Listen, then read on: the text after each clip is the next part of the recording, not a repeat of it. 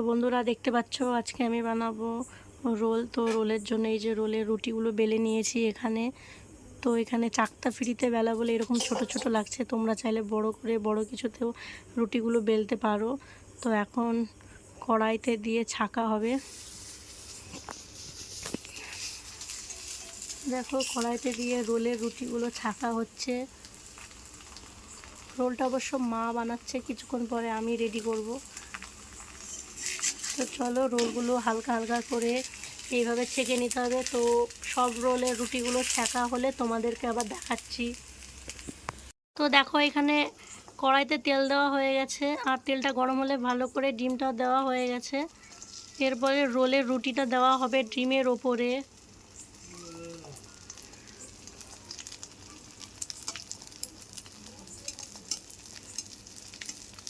কি করে হয়ে গেছে, দিয়ে দাও না। তো এখানে ডিমের ওপরে রোলের রুটিটা দেওয়া হয়েছে, এবার হালকা করে সেকে তুলে নেওয়া হবে। তোমরা চাইলে তাওয়াতে করতে পারো, আমি এখানে কড়াই ব্যবহার করেছি।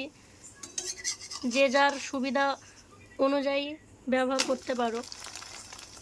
তো এখানে আমার অনেকগুলো রোলের রুটি রয়েছে, তো আমি রুটিগুলো সেকে নিয়ে পরে আবার তোমাদের সাথে আসছি। তো দেখো আমি এখানে শসা কুচি, পেঁয়াজ কুচি, লঙ্কা কুচি করে নিয়েছি রোলটা তৈরি করার জন্য। তো আমি এখন এগুলো রোলের ভেতরে দেব, দিয়ে চলো রোলটা মুড়িয়ে নেওয়া যাক।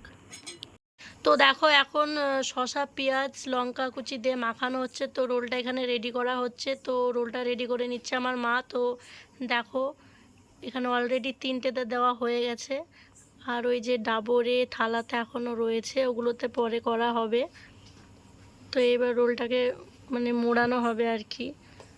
এখানে আমারটাতে লঙ্কা দিচ্ছে না, কারণ আমি লঙ্কাটা নেব না, আমি খাই না লঙ্কাটা। ভাইয়েরটাতে আর মারটাতে লঙ্কাটা দেওয়া হবে। সর্বপ্রথম আমার জন্যই রোলটা তৈরি করা হচ্ছে ফার্স্ট। তো চলো আমি একেবারে মুড়িয়ে আসছি তোমাদের সঙ্গে। তো দেখো এখন আমার ভাইয়ের রোলটা বানানো হচ্ছে। ভাইয়ের আর মায়ের রোলের ভেতরে লঙ্কার কুচি দিচ্ছে, কারণ ওরা খায়, আর যেহেতু আমি খাই না। আর এই যে আমার রোল রেডি করা হয়ে গেছে। তো আজকের মতো ভিডিওটি এই পর্যন্তই।